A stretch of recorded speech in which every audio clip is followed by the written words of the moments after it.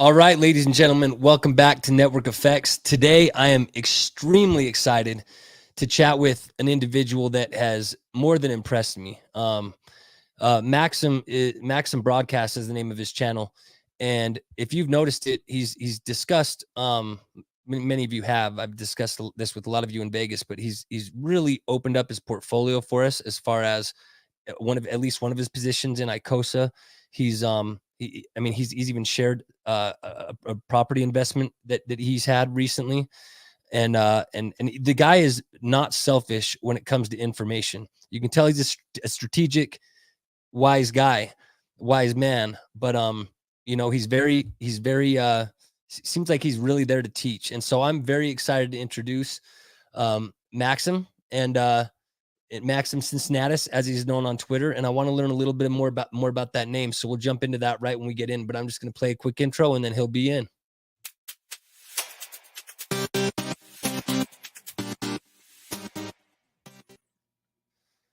All righty, we're back.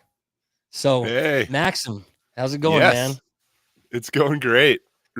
Good. For setting this up. Dude, no, thank you for coming on. And I mean this. And I was chatting with Maxim in the green room a little bit because it is his resemblance to my former business partner and great friend of mine is just truly uncanny. I mean, it blows my mind. And I think I even have a picture here. Like, it's not the best, easiest picture to see, but this is my buddy. We did amazing business around the world together, but the guy has the most integrity. He's just such a solid guy, and also just has this stature about him. He's 6'6", and just has this presence. And I can tell that Maxim's got a similar presence. We taught. Turns out he's the exact same height, which I already knew. It's like I had to find that out. But anyway, so aside from my fanboying, man. So about Maxim Cincinnatus, that's not your real last name. And so Tell me a little bit about where you got that from. Yeah. So I have some meaning in both of them. So Maxim, to me, I just think of as I chose that because it's kind of how I look at life. I'm trying to find the principles and those basic beliefs of life that make a lot of the complex world, more believable and playable. What are those simple wisdom of life that I've just found so much meaning in pursuing myself. And so I really like the name Maxim. It's just what are those maxims? It kind of defines how some of my my worldview and how I approach the world.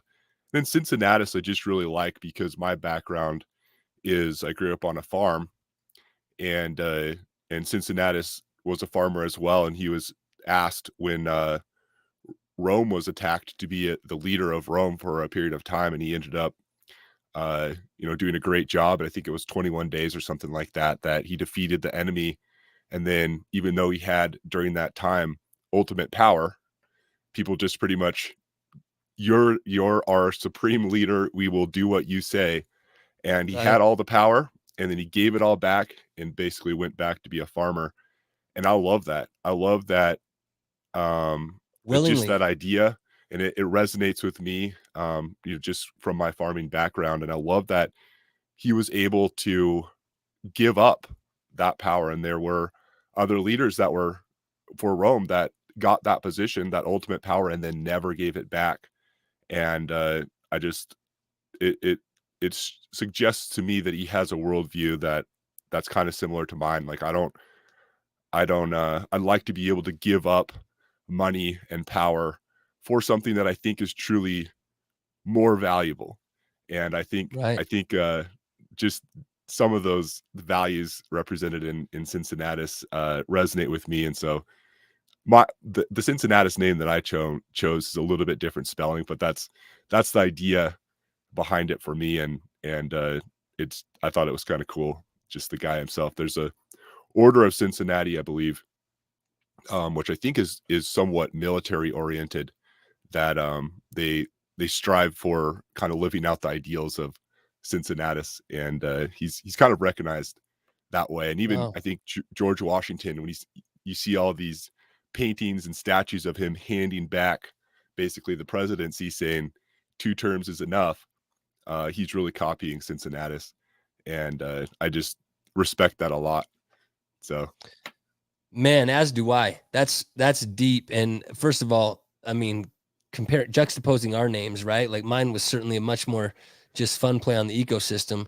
yeah, Yours is deep, and I believe you when you know, as far that those really do represent your ideals.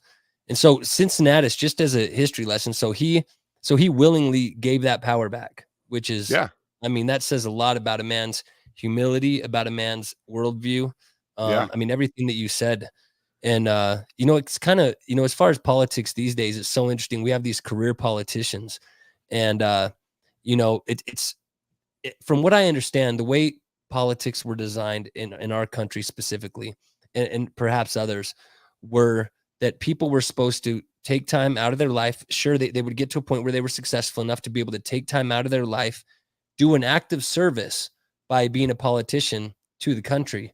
And eventually, and after a term or two, I don't know kind of how what it initially was like, but essentially to then hand it down to the next person to be able to kind of give their best. And so it kind of reminds me of that, you know? yeah, absolutely. Yeah, I've like I said, it just resonated with me for a number of reasons, and I love how he's still remembered today, and that selfless act is actually, you know, after he's dead, he's still remembered in a positive way, and he's kind of living on, and and not everyone can do that, and I think it's just cool. I've appreciated that, and it's kind of a reminder to myself of some of the values that I want to hold highly, and I think he exemplifies some of that. But Yeah, I yeah, appreciate that, man. You certainly seem like a man of values. You come across very erudite, very articulate on your channel. And again, like I said, very selfless in the sense that I've learned a lot from you. And you know, thanks. you starting as an ICOSA whale, um, and really kind of just showing that to all of us and showing what your yield was and showing us kind of how to do different things was quite impressive to me, because I was really, and that's really when I found your channel, was when you know, ICOSA was coming out, Watson was coming out, and I was really focused on doing as much studying as I could possibly do on these derivatives of hex. And you know, everyone was discussing strategies but playing their cards very close to their vest in terms of what they were going to do. Yeah, And you just came right out and you said, hey, here's the position I played, and let's go, let's run it out. I mean, someone could trace that back to a wallet of yours. It's set. I mean, oh yeah, you know, I'm just saying, like, you I'm know, pretty I'm sure you've had transparent people right do now. that. Yeah, Yeah. yeah, exactly. So, I don't currently feel like I have a lot to hide. I don't. Maybe in the future I'll play some games and try to hide things away. But right now I I'm enjoying being more transparent and just for people for the, you know, here's my thoughts. You know, I've accumulated by some standards a meaningful amount in crypto, and so Yeah. learning from the lessons of my past. Here's where I've got. Here's what I'm thinking moving forward. You know, decide for yourself. Don't just copy me. But I'll try to give you guys some reasoning behind what I'm doing, and you guys can consider that, and hopefully it makes, you know, add some value for you, and you guys can make better decisions than you'd otherwise make. But it's been rewarding. It's been fun, and I'm already thinking about this stuff myself. It's not a ton of extra work to just share with other people, and so far, yeah, I don't regret it. But Well, you made an impact on people, that's for sure, man. I mean, I was in Vegas at for you know, the PulseChain convention, and it was I mean, everyone had such a great time, but some of the first people I touched base with, which is Monica Mofit, yeah, Hexkin, and my boy John Boy Crypto Compassion, just happened to bring up your name to be like, you know, hey man, you got to check this guy's channel out. And they both were like, oh, I already do. And then John just the other day was like, man, I'm really wanting to talk to that guy about a few things. And so it's you know, and I don't know how long you've been streaming in the Hex community or not long crypto at community in all. general. Yeah. Okay, so how long has it been? So I started my YouTube channel. I've pretty much all my videos I've ever made are up, and it was kind of the same thing. It's just the old videos are just a complete experiment. And I was like working on properties, working on random stuff. I'm Right. already doing it. I'll just post a video and just see what happens, see if I like the process or not. So my channel's old, but it's very like most of my videos are 5 years old.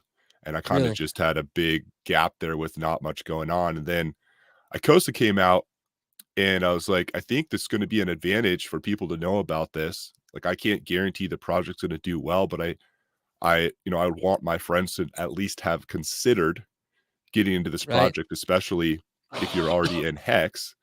And I just was like, let's try to get a little bit of awareness. I think it's hopefully a value add for people. And I'll tell you guys what I'm doing. And I was really thinking of it, and I'm really still trying to think this way. If I have my friends, and what would I be telling them, and really trying to be uh truthful and realistic about everything as the best of my ability in the process. But yeah, so about 4 weeks ago, I think, is when I actually started posting a little more consistently. And it's still kind of an experiment. Like, I don't know, like I really don't want to post videos if I don't feel like there's value there. And I'm not Right. sure. Like I don't know how consistent I can be. And but honestly, it's been a lot more positive than I expected.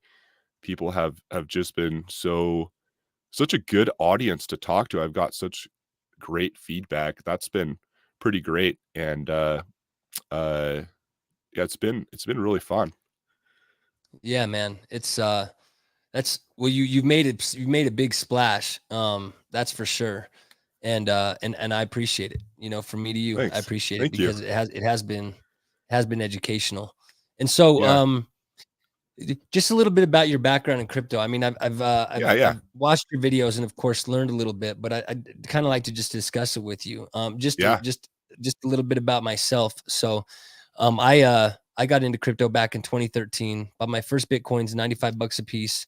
I was living in the Bay Area, Silicon Valley. Well, north of that, I was in Santa Rosa, California, and the news was buzzing, cypherpunks and everything like that. I mean, we'd go to these Bitcoin meetings that would be in the areas, and I thought I was a genius when I sold on a 5x, and then Yeah. I continued to dabble, and unfortunately ended up getting bit by the well, I got bit by two things. I guess the first thing I got bit by was a 5 to 10 Bitcoin a week nefarious dark web habit, right? Yeah. So that was expensive for about a year and a half, especially when you look back and you multiply how many hundreds of Bitcoins that would be.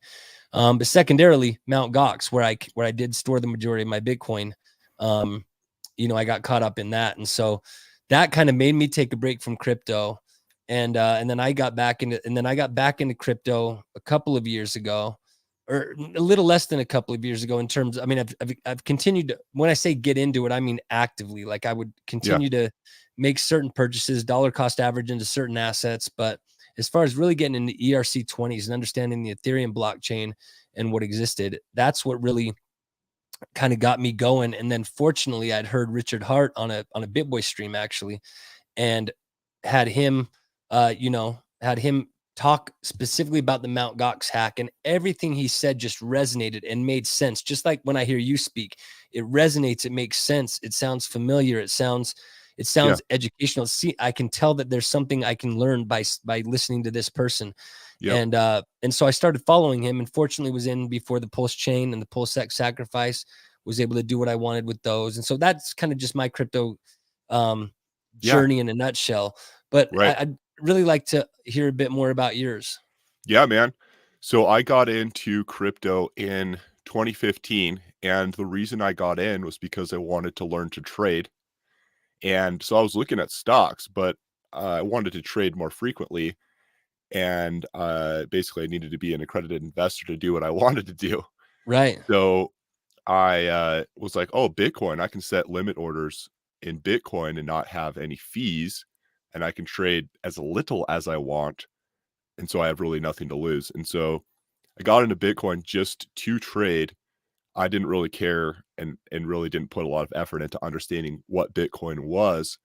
Right. And so I accumulated a couple, I think it was 4 Bitcoin basically in 2015, just playing around.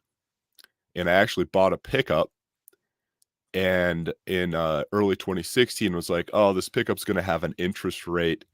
My trading is like fun with Bitcoin, but I have a known interest rate on this pickup. I'm just going to Pickup sell my truck.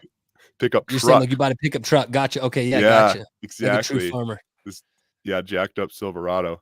Yeah. And I got one of and those. yeah, nice.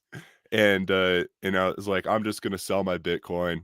That's probably the wise thing to do, and pay less for this truck, basically. And so I did that, and then I started getting back into crypto in 2017, early on, bought Ethereum around $8, still a trader. I sold all my Ethereum at $32, and then watched it very shortly Man. after start just running up from there. And I don't remember exactly what my entry points were, but from I think like $150 to $300, it's like I collected a little bit more, but I was looking a lot more into what Bitcoin was, what Ethereum was, and so some of the like more fundamentals of the actual cryptocurrency itself really started to resonate with me. And I was looking at it more, not as much to trade it, but to be a part of something that I thought had a chance of being around for a long time. Right. I started like my mindset really just changed a lot in very early 2017. And I kind of like started having beliefs like, I don't know which tokens are going to be around in 10 or 20 years, but I think this idea will be. And the idea itself of, decentralized things, uh, uh, and the new abilities that the internet and these tokens give us, I just don't think that itself is going away. And the whole idea of decentralization just resonates with me, and I like understanding why, uh, like how in certain incentives work out well over time, and which ones don't, and just even playing the game hopefully was helping me see how reality works a little bit better. And I ended up being a much more of a holder, and I really hardly sold anything. So Bitcoin and Ethereum were some of my main tokens in 2017. Watched the run up, and I was like, I don't have enough of Bitcoin and Ethereum to really worry too much. I know we're going to have a dip, and I'm just Right. going to buy the dip. And so I just held. And I don't know really that that was the wisest thing, but with what I knew, because I didn't know where the top was going to be. And I felt like eventually wherever the top was, we were going to end up higher again. It's kind of my base assumptions. And so I just let things ride. And then we had the next dip, and Ethereum went down to like $80 again from 1,400, and Yep. bought some more Ethereum there. And I then was watching Richard Hart, and kind of like you're saying, I was like, this guy, I appreciate the way that he's talking, and it's a little bit um original, and but it sounds like I'm learning, basically listening to him. And I think like everyone, I don't assume anyone is perfect, but I Right. think I'm better off by listening than not. And then he starts talking about his new token, Bitcoin HEX, or whatever he called it at first, that was coming out, Right. and tons of FUD, tons of really, I felt like a lot of emotional pundits just saying why they thought this was a terrible idea. So I was trying to listen as best I could to all the reasons why people were saying this wouldn't work. Right. And for me, I was like, I can't like, either it's just straight emotion and there's really no real rational reasoning behind it that I can see they're saying, or it was sometimes misinformation, just like they were straight up did not understand what it was and were making up explanations based on like misunderstanding. Right. So it's like I this is Hex seemed like a relatively new idea, original game theory to me, and I was like, well, I really want to see how this plays out. myself. So I got in on HEX on the first day and just slowly bought over the next, month or so. And Great I buys. was, yeah, it was amazing. And I was like, a little bit, I felt very foolish getting in on the first day when I saw the price just start going down. Right. But I was like, well, I have the ability to do better and have a little bit more ownership of supply. So I saw the dip as a positive, in my opinion. And I remember thinking I'm being a little bit irresponsible putting my hard-earned ETH, which was Right. down so far from where it had been, selling the bottom for this. Selling the bottom. Exactly. And I remember it was like, and I remember like I didn't have a ton of money at the time. And I was like, yeah, like I'm putting too much in maybe, but I also was like, if this is going to work out, it got to have enough in to have something to show for it. And so I just slowly put some ETH in over that first short little period of time. And I've said this before, but I look back on that and it's like, I can't believe that the amount I put in, I thought was a lot because it really wasn't very much, uh, Right. looking back.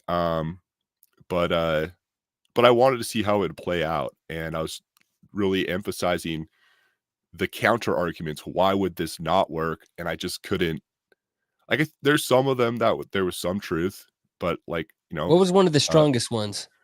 the fact that the OA owned so much of Sure. supply, that Sure. resonated with me a lot. And there is Sure. trust in an individual. And that, in a sense, is not decentralization. There Right. is trust in a person. But I was like, the likelihood that I could feel, it's a little bit of a gamble, Yes. but I felt like the Richard Hart wasn't going to rug pull. I felt relatively confident that the money that I put in was so worth that percent chance of Richard Hart just running away with everything or Right. crashing the system or just big old market sell or something. I felt like that really wasn't likely. And if it did happen, I would totally accept responsibility for what I put in.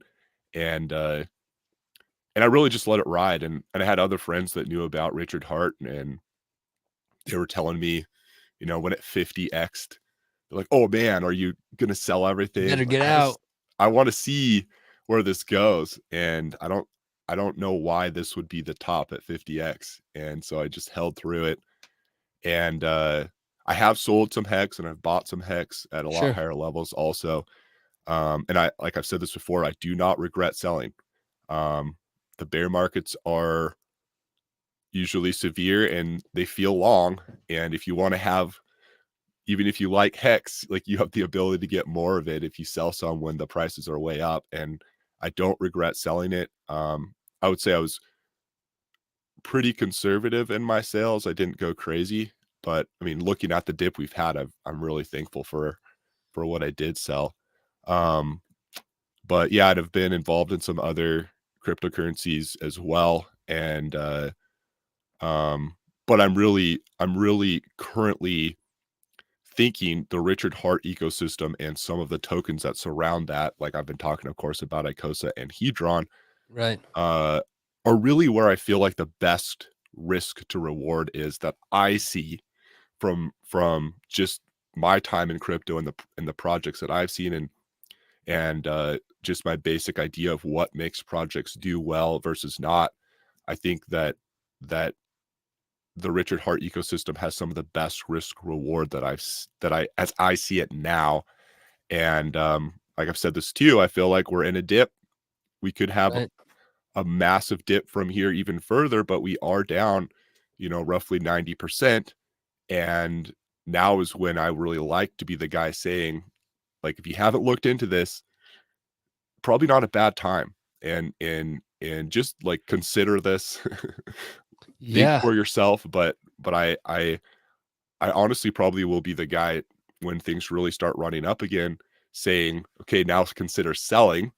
Like but now it's the opposite. Things are down, so now consider buying.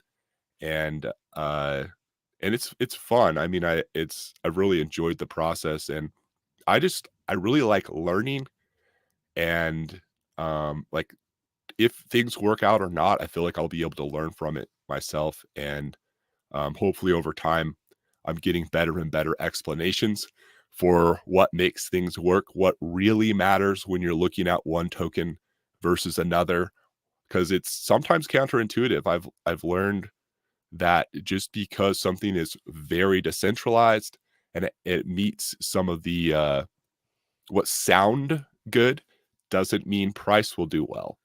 Correct. And I think Hex has actually, for example, has like done some of it matches up with what I've seen so far as something that will actually perform well over time. The pieces of Hex that matter, from what I can see, are really lining up with good price appreciation. And that's just my honest take from what I've seen and what I know when it comes to Hex and some of the other surrounding tokens. And so it's fun, and time will tell. We'll see Sure. if 2025 or the end of 2024, if we still have a good run and how high it goes or not. I mean, I think there's value in looking to the past and recognizing what has worked well, but I think it's also really important to understand the why. Like, we can see the objective truth. This has happened. But in order to know that it's going to happen in the future, you have to know the why that happened in the past and make sure that the why is still the same up in the future. And I do see, and a lot of people are saying this, but the broader market is different now than it has been in the past. And I think that's adding more uncertainty in it.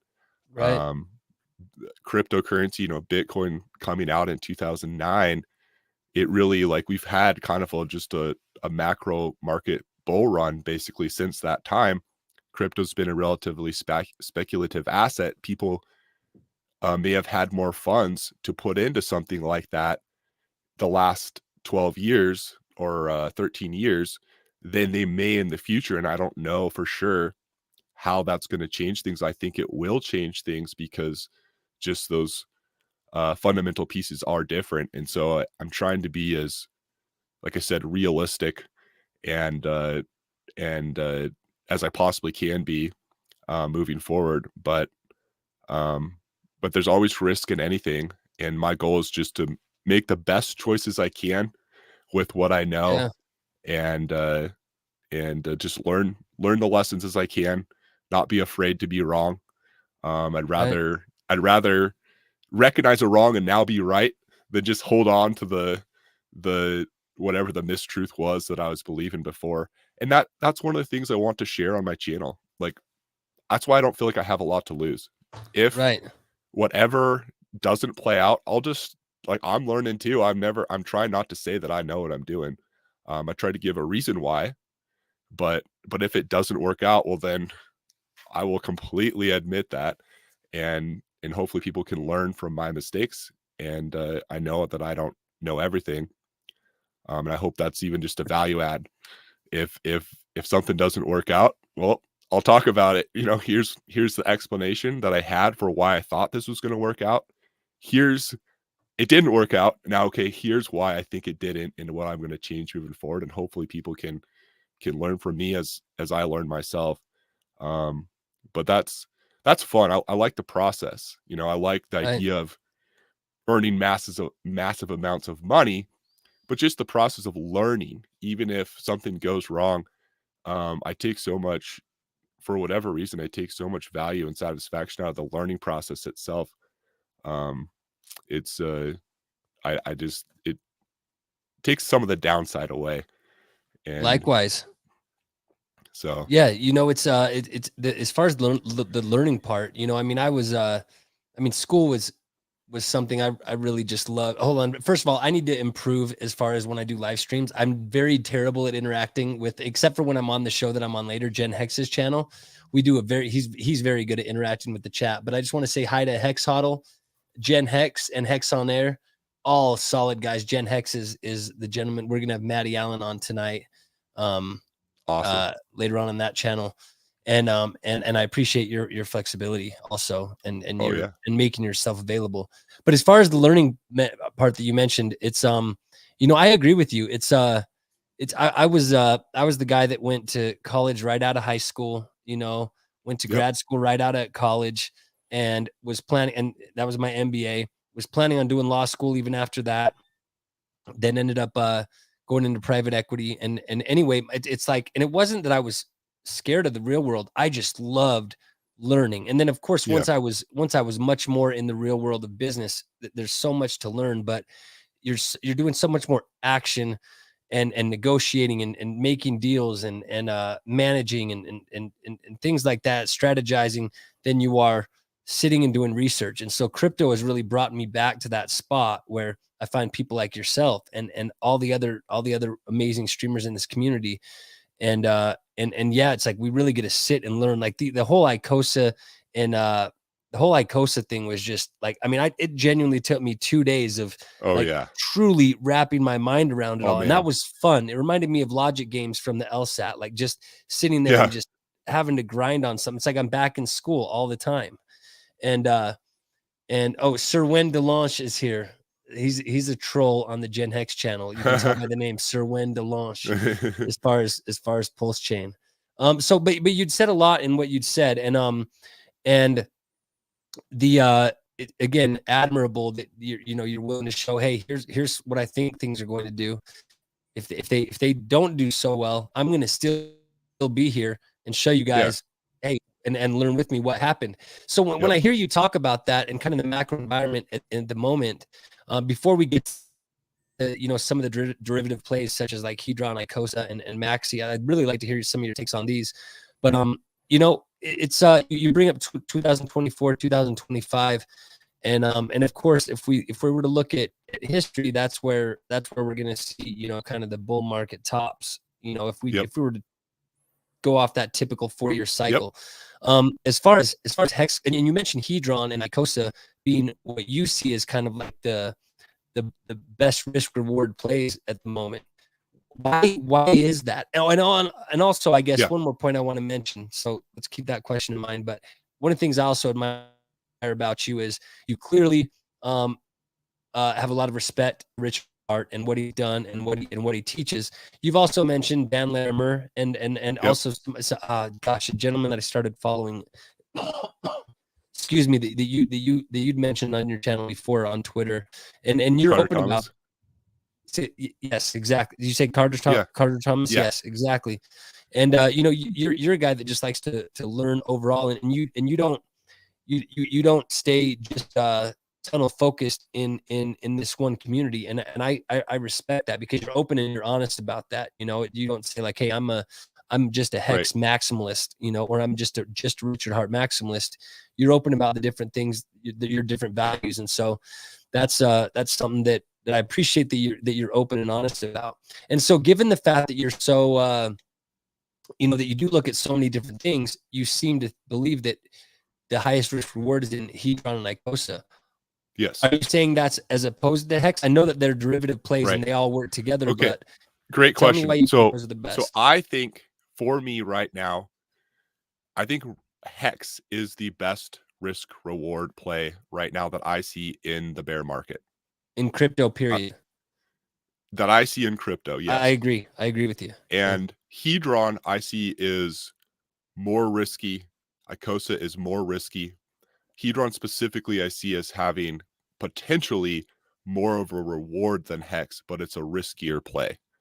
And I think really the simple risk that I see in Hedron, the biggest, like what's the counter argument to Hedron being a great investment? I think the biggest problem for me is I want to see Hedron address its inflation well. Hedron without ICOSA wasn't that interesting to me because I was just seeing it being minted and the supply just increasing massively over time. And ICOSA has the potential to counteract that in a meaningful way. At the same time, I think helping the HEX price by just encouraging max length stakes, and that's just awesome. But I still think it's yet to be seen how long-term Hedron is going to have its inflation addressed. And I think the November 13th, when these HSIs come back, to the liquidation pool, we'll get an idea of some of the longer term inflation that we can expect to be burned. And I also want to see after that time how much HSIs continue to come back to ICOSA to then end up in the liquidation pool. And another thing I would really love to see is the Hedron price rise, because I think its own price rising will help the borrowing. Like for me, it's not worth, I don't want to risk my HEX and borrow against that with Hedron without a meaningful return. And right now that ratio is just so far out of whack that that function is really not being used. I can see it in other people, and I can just look at myself and be like, I don't want to use this function. But I think if the price rises, there'll be more value there, and that will actually help Hedron itself as that burns its inflation, which I see as the number one potential issue with Hedron. So I see basically HEX is my best risk reward. HEX itself, if you stake it, which I think it makes sense to stake HEX, at least some of your HEX, I think people should be staking. If you're staking it, you're getting Hedron. So which is great. So it's only another reason, if I like Hedron, to still invest in HEX, in my opinion. But I see a potential. It's a little risky. I see Hedron as a little bit riskier, but it has a potential of a meaningful, larger return than HEX. Interesting. And so, yeah, very interesting. So you mentioned that about Hedron and ICOSA, and I was listening to a stream earlier today from let's see, I think it was Maddie, Jim Rat, and Jesse. They were basically playing with the ETH proof of work network and buying HEX on that network and things like that. And we'll be talking to Maddie later today, but he has a position, and I think it's been long held by him, that he's not a big fan of the tradable stakes. And I see it. When I saw the project, I thought it as a first of all, I was grateful for the airdrop, right? I was in Vegas at the HEX meetup at Maddie's Hexpo when I entered it, the 10x bonus. And I very much appreciated that. And I watched the run up that it did for the first little while. And but the whole concept of the tradable stakes and the ICOSA, it first of all, it gives some people an opportunity that might be in a little bit later to get some stakes that have been in longer than they have been in. If it's someone that's coming new to the table, I see it as an awesome tool to be able to give stakes to family members, to be able to, like, hey, here's a stake to, here's a stake that you can absolutely that you can take, and things like that. And I see that as a very, very cool feature. And it sounds like Richard even discussed that years ago, that was likely something that somebody was going to do. What's so fascinating to me, though, is we have Hedron and ICOSA, where if you have an HSI, you have this play with ICOSA, which is technically, you're literally giving your HEX stake up. Now, yes, you are getting Hedron. You could potentially buy it back, or you can count on this ICOSA gain. And but it's a very big thing for Hexicans to think, like, I'm going to be giving my HEX stakes up. Like, I'm literally, like, that was where I was just, that's why I had to do so much research, because I'm like, why would I give some of this HEX up to do that? And sure, and the point is, it was risk reward, and I was able to justify that it was good for the ecosystem as a whole, in the sense that it did encourage max link stakes, it took supply off the market, etc. We also have, at the same time, the Maximus DAO and all the different things that they're doing, which also provide not necessarily borrowing options, but instant liquidity options if you do hold HEX stakes, just in different formats. And so, have you? I didn't really do a scan to see if you'd done much on Maximus DAO. Interesting with your name being Maxim, but have you not gone into that on your channel? No, I really haven't. I felt like, for whatever reason, Hedron and ICOSA resonated with me. I had just a natural, strong interest in it. I think Maximus and some of the new stuff they have going on is probably a value add, but I really haven't gone, really deep into that system. And I wish them the best, and maybe I'll get in it if we have a big dip or something. But I honestly haven't really gone crazy in many other hex, Yeah, extra layer derivatives. tokens or whatever. Yeah. Yes, exactly. So Interesting.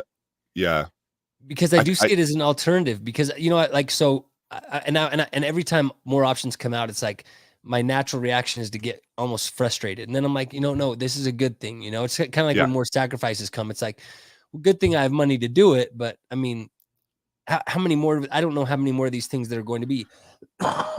And excuse me, sorry about that, guys. And but I did mint Maximus yeah, when it came out. I liked the idea of it being basically just like a 5-function contract that just yeah. it captured the bigger pays better bonus and the longer pays better bonus. And I remember I was talking to I have a video on my channel. I haven't done that many videos. I usually stream on other channels, but with I have it with my neighbor who I had no idea was an OG Hexagon, day one Hexagon. Oh That wow. yeah, the dude, like we lived there by each other for years, and he and I like never really talked that much, Yeah, and suddenly he found out that I was a Hexagon. He's like, dude, you're a Hexagon? And I'm like, yeah. And anyway, we became such good buddies after that, and we're like, oh man, every time we'd sit there, we'd talk about crypto and things yeah, like that. And I have on that video after the Maximus token was launched, and I put in a little bit of my liquid hex. I was like, I reached out to these guys and I was like, you guys need to come with a ladder opportunity, and you really need yeah, to come up with that. And it sounds like that's what they've come up with.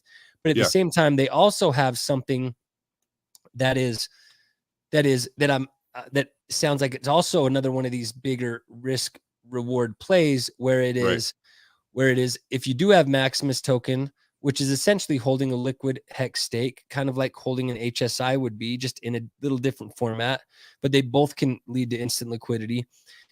You can trade those tokens in. So instead of like trading your HSIs in for ICOSA, you can trade these Maximus tokens in for Team, which are kind of like DAO ownership tokens of these different perpetual, which are like 1, 3, 7, and 10-year link stake tokens. And anyway, it's so have you not gotten that much interest? Have you not gotten that much into it because you don't see the same potential risk reward ratio, or you just right. haven't spent the time yet to Yeah. look at it? So at a glance, my my honest response is I feel like the risk reward is a little bit better in Hedron now that ICOSA's there. Right. But I also try to be really careful. Like, one of the leverages that I can play is understanding whatever cryptos I'm in, trying to understand them better than the average person. And in order to do that, I have to be careful going crazy in every potential even good token, because if I add that extra one in, my focus is now diverted and it makes it harder for me to play all those games well. Mm-hmm. I'd rather focus on a few and play them to a higher level than have more out there and play them less well. And that's a reason why, even though I think from what I've seen, Maximus may be a really good thing, I haven't gone too crazy in it. It is something like I said, I don't have anything bad to say about it. Right. But it's the true reason why I haven't really just gone that deep in it is I want to be careful. I already have my focus diverted in so many areas. I just need to be careful what things I add into that. Right. And it's just a reason why personally I haven't looked that deep into it and put a bunch of funds in myself yet. Gotcha. And that's an honest answer, and that's it's a sensible answer, and I think it speaks to why you're a successful man. Is you focus is the one thing that you can be extremely talented, you can be extremely skilled, you can have youth, you can have all these things, but focus is something that it is very hard for any of these things to make up for. And Yeah. where we put our focus is so incredibly valuable. And it sounds like you have your focus on a certain number of things with the goal of, as you said, being understanding them better than the average person. And so I completely respect that. So what about so Maximus isn't something that you've been, which is, it's just funny with the name, because you'd be like the, I know you think I'd be all for it. people are probably like, hey, that's the OA guy, you know, that's the guy that created it. Yeah, you know. exactly. But as far as as far as PulseChain, what are your thoughts on PulseChain? And I guess you could also bring up, well, I guess we can talk about ETH PoW after. I don't know exactly how much time you have, but as far as, it has been an hour of your time, and I want to be very respectful of that. So Thanks. feel free to cut me off at any time. Okay. As far as PulseChain, you know, did you sacrifice for PulseChain, and what are your thoughts and beliefs with PulseChain as far as what it can do? Yeah, I'm really curious. I think PulseChain is another one of those things that it's a relatively original take, and I think it from that originality, I think there's meaning behind it. The way that it's differentiated itself from other Ethereum, for example, competitors, I think is pretty great. I do feel like a lot of people sacrificed for it, so you know the dollar spent there may not go as far. And so that's like a knock in my mind. It's just hard to be a relatively big player in it. And but at the same time, I think I see Pulse as a potential reason why Hex may do better. It's drawing attention to Richard Hart, which I think draws attention to the whole ecosystem surrounding Richard Hart. And so I see it as a positive. I think it's going to be a value add, and I want to see how it plays out and how well it does. I sacrificed for both Pulse and Pulse X, and I put so much more in them than I did Hex. Although I really expect that the returns are, I don't know. I don't know. We'll see. To me, it's the upside is so hard to be specific and predict. Right. But I feel like, you know, for me, the downside's fine. Really, no matter what happens, I'm okay. I think it's a like, I'm glad I sacrificed it. Do not regret it at all. I hope that it does extremely well. I see reasons why it may. And I'm really curious to just see what happens in reality. And I think, you know, quicker, less expensive transactions in themselves are a great value add. I think it's, like I said, that is also going to be good for Hex. And I'm really, let's just see what happens now. I've made my play. Now I got to wait and see the result. So now, what about the feeling you've got, right? Like, so you had a feeling about Hex. You DCA'd in for the over the first month or so. I've talked to some different OGs as far as when, and which you are one of them, and you know, they've mentioned how Hex was very similar. It was like, oh, a couple more weeks, couple more months, couple more weeks, couple more months, that it felt like it was, that it just kind of felt like it was like, oh my gosh, like, when is this thing finally going to come out? And there was also so much excitement about it. And I feel that same thing with PulseChain, and I feel that from others. What I'm potentially sensing from you is that you obviously have interest. You have stake in the game. You put in substantially more, maybe not the same percentage of your net worth as you did in the Hex, or maybe more than you did in the Hex. I don't know. But as far as, but you made a play. And do you have any gut feel about the, or let me say this, compare your gut feel about PulseChain and its upside to how you felt at the time. With Hex and its upside when Hex hadn't launched. I love it. Yet. I think that's, I like that question. So Hex, one of the reasons that I liked Hex was because it was hated. And the fact that it wasn't that popular in the beginning, the fact that the price went down, were all reasons that made me want to put more money in Hex. Pulse is a little bit different. Like I said, Pulse has been a lot, in what I've seen so far, is it's been respected a lot more. Bigger players that don't even appear, some of them, to like Hex itself, have like, oh, Pulse could be something cool. They're open to this, and that means that there's more competition in Sure. Pulse, and the lack of competition in HEX at the beginning was a reason I really liked HEX. And to be honest, this isn't what you're asking, but that's one reason I like Hedron, is I feel like Hedron is getting hate. And it's even within the HEX community, the people that you'd think Yeah. would have the most direct exposure and appreciation for it, it isn't always liked.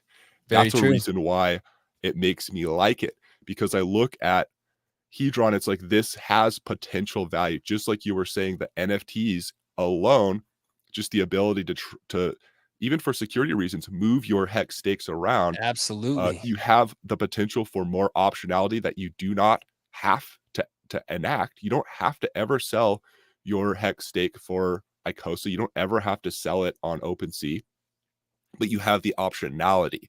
And that to me is a reason why, like, if the inflation stays under control, I just think over time, this is a value add. And I think it, while it may not be seen that way at the beginning by people that are very, Richard Hart maximalist or whatever, I think over time the truth is going to be seen.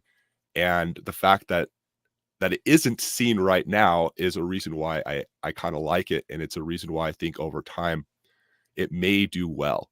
And so when it comes to Pulse, I see a relatively accepted token where people were putting in millions of dollars, Yes. for example, in a way that hasn't so much happened in some of these other tokens. And it makes me a little bit less like I don't it's a reason I didn't go crazy on the sacrifice. I was just seeing people go crazy on the sacrifice relative to some other things. Although Pulse has a potentially massive market, Right. I mean, a whole the blockchain.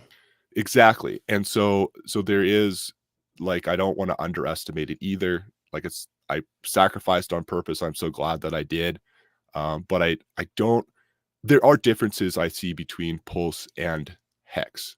And In terms of your gut feel, and also my were you gut were you feel. were you as analytical when you made the hex? Well, it sounds Oh like yeah, you were. You I it really sounds like you're a was. very I analytical was gentleman. absolutely, in my mind, completely intentional. Like, I was like, I'm playing this crypto game because I believe that there have been in the past massive run-ups in good tokens if you get in early and hold. So I was trying to find good projects to get in early and hold. I saw Hex as one of those things, and I didn't know if it would, just go up massively in price. But I was like, I can't see why it wouldn't. Let's put enough in so if it does, it'll all have something to show for it. And so if those were just thoughts I really was having at the time, Hex was an example of exactly why I was in crypto. I wanted to find another good token. By the way, I went on Quora a couple years ago, like it was like in 2017. I was reading millionaires response to, like, are you a crypto millionaire? And I can't remember Right. exactly the question. And it was like the millionaires, and I just see this myself. I just observe it in crypto billionaires. That's what they did. They got in on good projects early with a meaningful amount of investment, which was pathetically small compared to what it ended up being worth, a couple years, like 5 years later. And all they really had to do was hold. And I was like, if I want to play this crypto game well, I want to pay attention to the people that are doing well in it, understand what their beliefs are and their Yeah. actions, what has encouraged those actions. So I was trying to copy it, saw Hex as potentially this new thing that there's always uncertainty. You never know if it's going to work out. But I was like, this matches what I've seen. I want to be one of those people that gets in. So that's why I saw it as an advantage as the price dipped at the beginning. Oh, cool. I can own more of supply with my little bit of income and availability to put to input into the system, and it played out well. So I feel like I was pretty intentional, and I'm trying to be as intentional as possible in the process, and I'm trying to hold myself to tell myself why I'm doing something before I do it, because I want to know if it doesn't work out, what what did I have wrong? I want to fix it. I want to get better at this. And if it does work out, then I want to keep going back to those beliefs that I had that were that did play out well as well, of course. So Right. Well, I think it's, again, it speaks to your philosophy where you really like to understand the overall sentiment about a project. You like to understand the founders and their beliefs, and you research these crypto billionaires and really kind of how they looked at things. yes, And it sounds like you do see the upside for Pulse. You don't have yeah, the same feeling that it's going to do, gut feeling that it's yeah, going to do as much as Hex did, but that's not right, to say it's not going to do well. It's just saying absolutely, that you just don't feel that. And that's an honest. And I very much appreciate that answer, because that's again, honesty is something that is in just this world is, you know, gosh, was it your channel that said something like that? Like honesty is not cheap. I forget if, yeah. I can't yeah, remember the exact quote, but Warren but Buffett I said got that. something like, "Don't Yes. expect honesty from cheap people," or something like that. Yeah. And I And was like, I got that from you.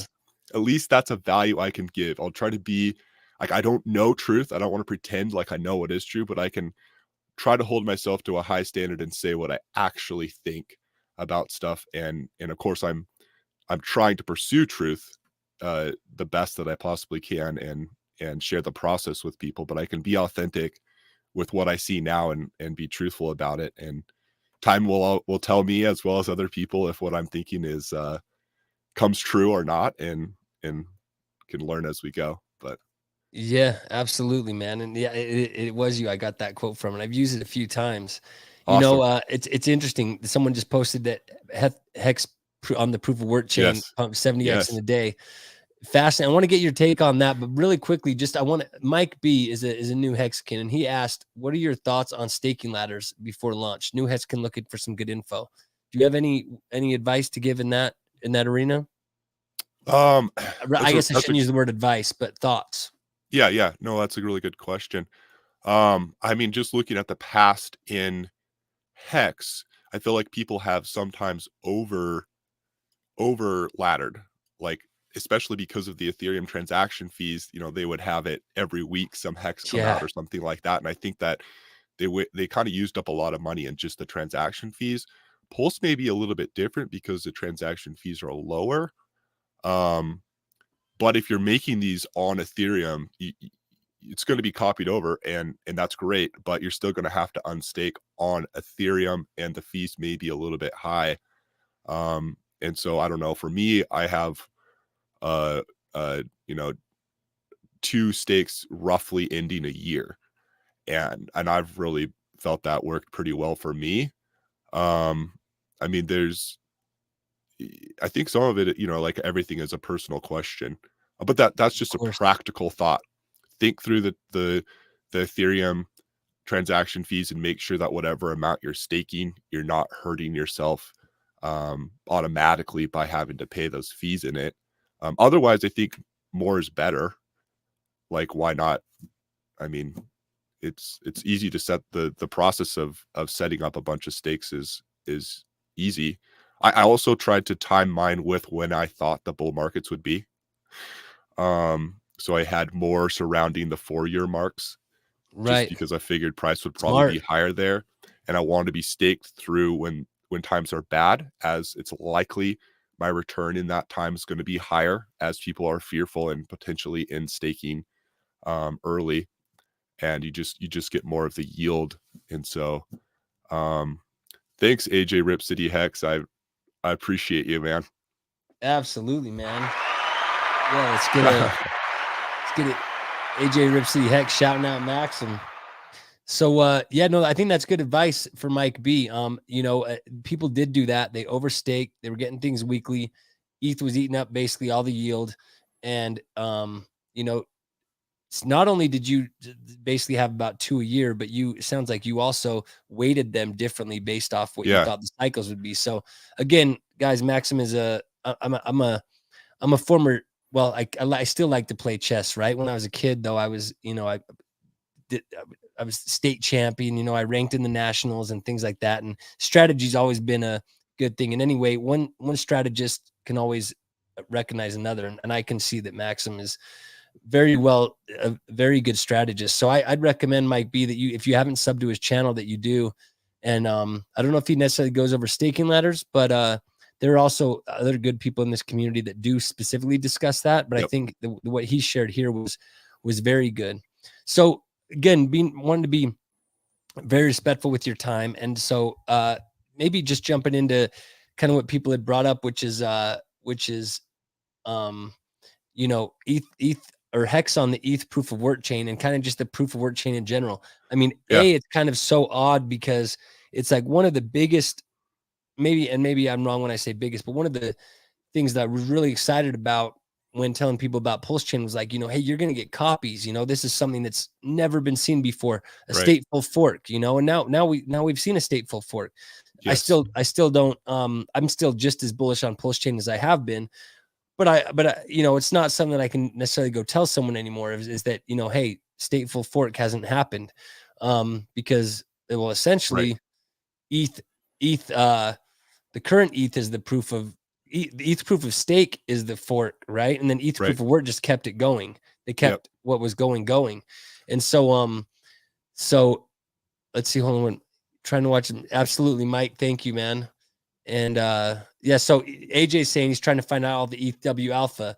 And so he is a beast, man, and I'm grateful to have him as well. So thoughts on ETH proof of work and any plays there, and the 70x that Hex has done in a day. Are you playing in the ETH PoW network? Do you see any plays there? What are your thoughts? Kind of go anywhere you want with it. I'm in that same stage where I am trying to figure out that for myself. One takeaway I think everyone is saying right now is just this is similar in some ways to the Pulse launch. And I think we can have a little bit of advanced game theory potentially when Pulse launches from watching this Ethereum proof of work play out. You know, how stable coins and some things are doing on ETHW is potentially worth paying attention to. I have looked at stuff there, but I have not made any plays myself. I'm really I think it's a little bit of a divisive issue. Personally, I feel like I'm thankful to the people that have shown here's step by step how you can do something there if you want. Here's how you can pull off ETHW or something like that. Right. But I really haven't done much. I'm kind of watching, and a lot of it is because I don't see a really obvious play, and I think there's a little bit of risk in it. And I'm kind of like I'll accept that there could be a massive gain. I'll accept that loss if this was really advantageous, and instead have a little more security and try to learn from it, and maybe I'll make hopefully better plays on Pulse just from watching this happen. Obviously, we all have our tokens over on both proof of stake and proof of work Ethereum chains, and so you're in it, you are over there, and so you are playing it without doing anything at the same time. It's not like you're completely ignoring opportunity. You will have tokens over there as long as that chain exists, which I think, from what I've seen, I think proof of work, Ethereum proof of work will exist for a while. I don't know. It'll be. I'm just watching it. I'm trying to watch and learn. That's really where I'm at with it, and it's been really cool. I think it's good advertising for Hex. The fact that Richard Hart projects in general, just seeing the price increase, seeing that the Hex projects are the ones that are getting all the attention over there. I think it's just, if nothing else, is good advertising. It just draws attention to Richard Hart projects, and that's cool. So I agree, and you know, I guess I could have imagined that your answer would have been that, because again, as you've said, I think it's important for anyone new here that's listening that you know, that I think the way that Maxim approaches things is, just from my own experience, is a very prudent way to approach things, especially if you're new to the market, because he's not just FOMOing. He's not just going over there and saying, oh, it's new. Oh, there's a 70X, so I'm going to do it. He's okay with the opportunity cost that might not be there.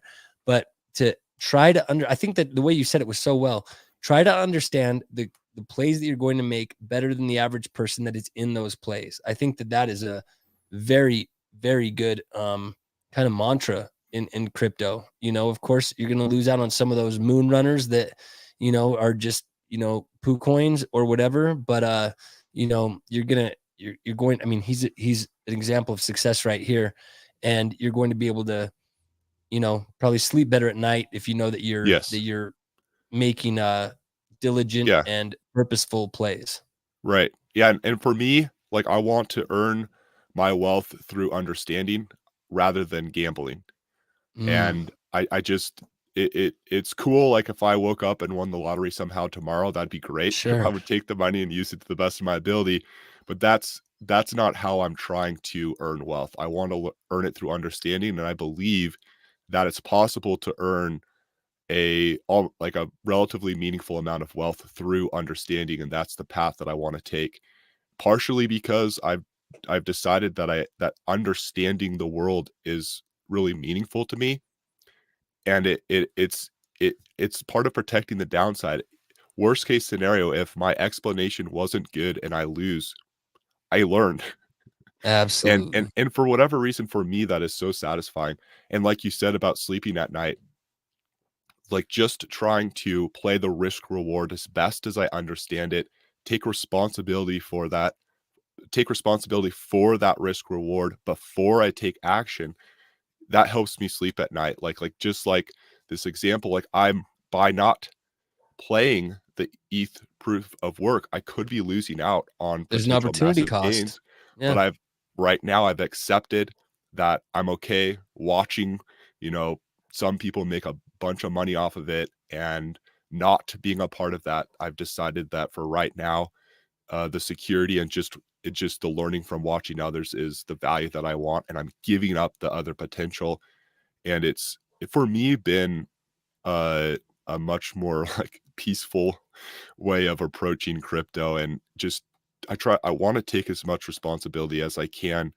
And for some reason, when I just accept it beforehand, here's the best case scenario and the worst case, and I've done what I could with what the two of those that I see, then I can sleep at night. And it's another reason too, just short-term plays I'm not really big on, because you end up in short-term plays a lot of times having to watch short-term things, which could have to wake you up in the middle of the night. Right. And there's just a little bit less certainty in them, I feel. And totally cool.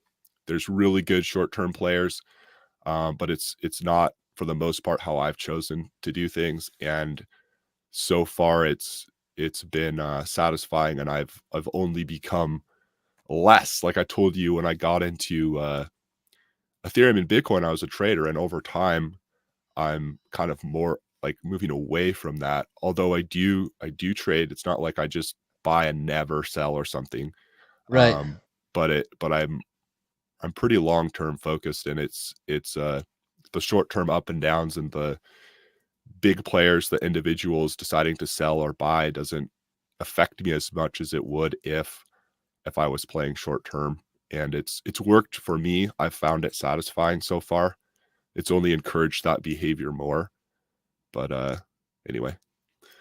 Well, man, everything you said on that is spot on. And it's so one of my businesses that I have outside of crypto or at least where I make money outside of crypto is, but it's my number one passion outside of crypto is recovery and mental health, and helping people excuse me, helping people get sober in kind of the most extreme situations.